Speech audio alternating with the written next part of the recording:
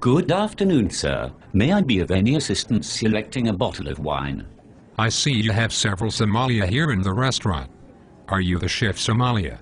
No, sir. I am not the chef sommelier, nor do I hail from the continent of Africa. How may I help you? Oh, so you must be one of the inexperienced Somalia.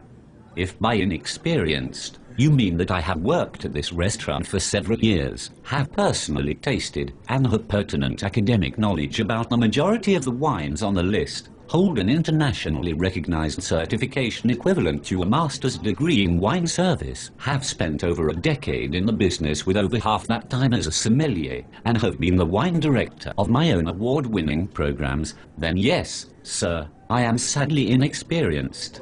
I need to speak to the chef Somalia. Get me the chef Somalia. Certainly, sir. I apologize for not recognizing you upon arrival. You are quite clearly the most important person in the expletive world, and it is only logical that you should require the services of the most important member of the wine team. I will call him up from his office where he is handling inquiries from the press, satisfying the cost and inventory tracking demands of our arcane accounting system, maintaining continuity in a high-volume wine program that requires the sourcing of rare, well-cellared wine, and participating in management discussions before he spends the entire evening working the dining room floor to assist you.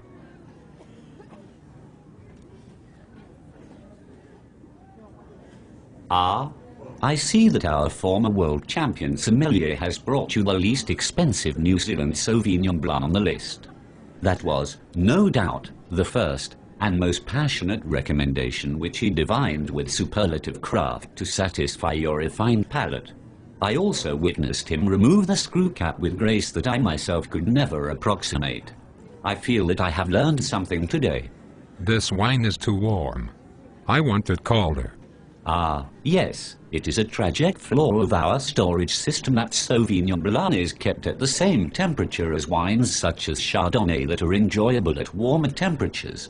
I typically roll my eyes when guests ask me to further chill their Burgundies, but in this instance I sympathize with your plight because Sauvignon Blanc is a second-rate grape, and I agree that the New Zealand variety has a tendency to smell and taste like cilantro, inedible chlorophyll, and feline urine when it is not ice-cold. I will therefore return with a mixture of ice and water in which to submerge your bottle in an attempt to chill as much flavor from it as possible. You don't know a better way than that? You sure are an inexperienced Somalia. I apologize that we do not have access to liquid nitrogen behind the bar, sir. I will inquire with our chef sommelier about including it in the future. And look, here he is with a bucket of ice and water. I am certain that his ratio of ice to water is superior to what I could have provided you. I invite you to address the matter with him while I depart your table as rapidly as possible. Enjoy your meal and good luck with the wine, sir.